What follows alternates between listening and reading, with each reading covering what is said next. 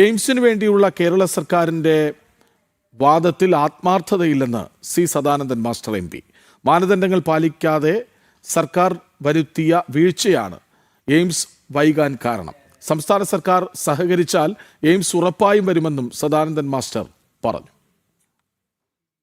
കേന്ദ്ര ബജറ്റിന് ശേഷം കേരളത്തിൽ ഏറ്റവും കൂടുതൽ ചർച്ച ചെയ്ത എയിംസ് വിഷയത്തിൽ കേന്ദ്ര സർക്കാരുമായി ബന്ധപ്പെട്ട നടപടികൾ പരിശോധിച്ച ശേഷമായിരുന്നു സി സദാനന്ദൻ മാസ്റ്റർ MPയുടെ പ്രതികരണം. സ്ഥലം ഏറ്റെടുക്കുന്നതുൾപ്പെടെ മാനദണ്ഡങ്ങൾ പാലിക്കുന്നതിൽ സംസ്ഥാന സർക്കാർ വരുത്തിയ വീഴ്ചയാണ് കേരളത്തിന് എയിംസ് വൈകാൻ കാരണമെന്ന് അദ്ദേഹം വ്യക്തമാക്കി. പ്രാഥമിക നടപടികൾ പോലും പൂർത്തിയാക്കാതെ എയിംസിന് വേണ്ടിയുള്ള സംസ്ഥാന സർക്കാരിന്റെ വാദത്തിൽ ആത്മാർത്ഥതയില്ലെന്നും അദ്ദേഹം വിമർശിച്ചു. എയിംസ് അനുവദിക്കണമെങ്കിൽ നിശ്ചിത മാനദണ്ഡങ്ങളുണ്ട്. ആ മാനദണ്ഡങ്ങളിൽ ഏറ്റവും പ്രധാനപ്പെട്ട മാനദണ്ഡങ്ങൾ ഒന്നും പാലിച്ചുകൊണ്ടുള്ള ഒരു ആശയവിനിമയം കേന്ദ്ര സർക്കാരുമായി സംസ്ഥാന സർക്കാർ നടത്തിയിട്ടില്ല. എയിംസ് സ്ഥാപിക്കുന്ന ഇടത്ത് 200 ഏക്കർ സ്ഥലം വേണം, ലഭ്യമാകണം. 4 വരി പാതയുടെ കണക്ടിവിറ്റി ഉണ്ടാകണം. ആവശ്യത്തിന് ജലലഭ്യത വേണം. വൈദ്യുതി ലഭിക്കുന്ന അവസ്ഥയുണ്ടാകണം.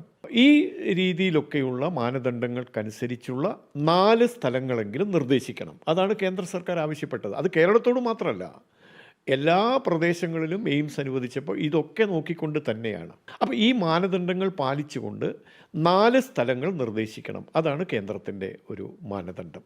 എയിംസ് യാഥാർത്ഥ്യമാക്കാൻ കേരളത്തിലെ ജനങ്ങൾക്കും BJP നേതാക്കൾക്കും അതിയായ ആഗ്രഹമുണ്ട്.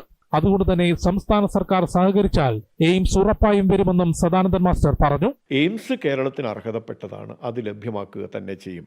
പക്ഷേ ജനങ്ങളെ വഞ്ചിക്കുന്ന സർക്കാരിനെതിരെയുള്ള സമരമാണ് ഏറ്റവും ആദ്യം നടത്തേണ്ടത്. കാരണം ഈ പറയുന്ന മാനദണ്ഡങ്ങൾ പാലിക്കാൻ സംസ്ഥാന സർക്കാരിൽ സമ്മർദ്ദം ചെലുത്താൻ ഉതകുന്ന ജനകീയ പ്രക്ഷോഭം വരെ ഞങ്ങൾ ആവിഷ്കരിക്കുന്നുണ്ട്. എന്തായാലും ഒരു കാര്യം ഉറപ്പാണ്, കേന്ദ്ര സർക്കാർ കേരളത്തോട് അനുഭാവപൂർണ്ണമായ സമീപനമാണ് സ്വീകരിക്കുന്നത്.